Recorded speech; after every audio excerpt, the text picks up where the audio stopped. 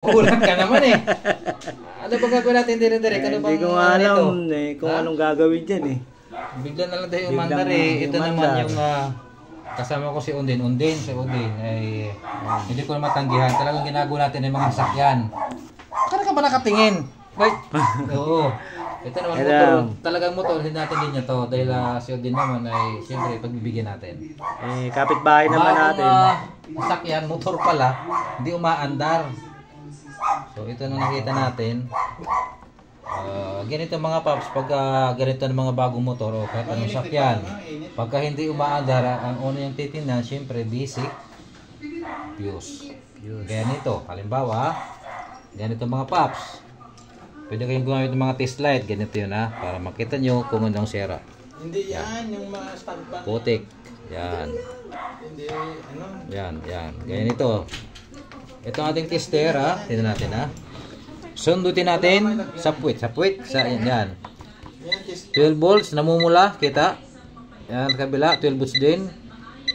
Dapat, huwag niyo kalimutan na dapat naka-on ng susi Naka-on ng susi. Meron. Kabila.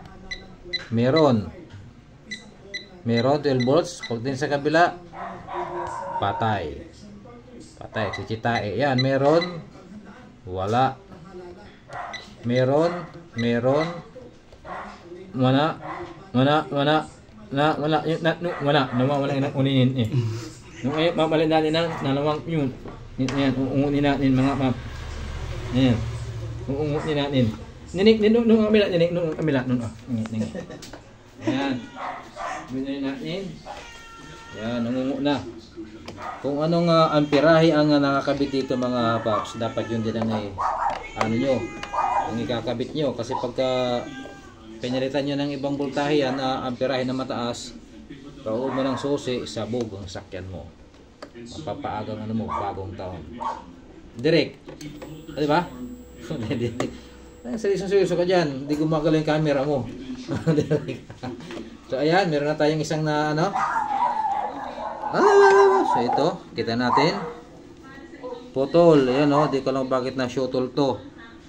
Kaya lang, meron siyang ditong 20 amperes, 2 amperes, masyadong mababa. Wala tayong ibang 7.5 amperes. Ang gagawin natin dito ay, what the heck? Ayan.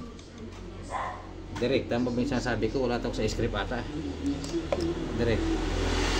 So, ayan, kabitin natin ng mas mababa. Pero dapat, bibili tayo nito sir ng dalawa nito.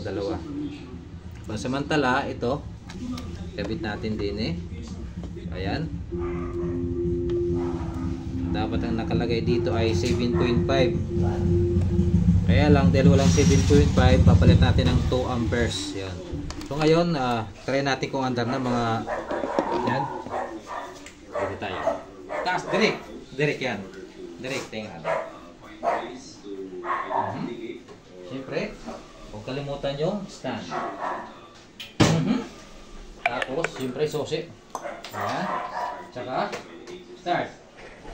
Wala! Mga pumandar! Ano yan? Pumandar! Ayan. Pumandar!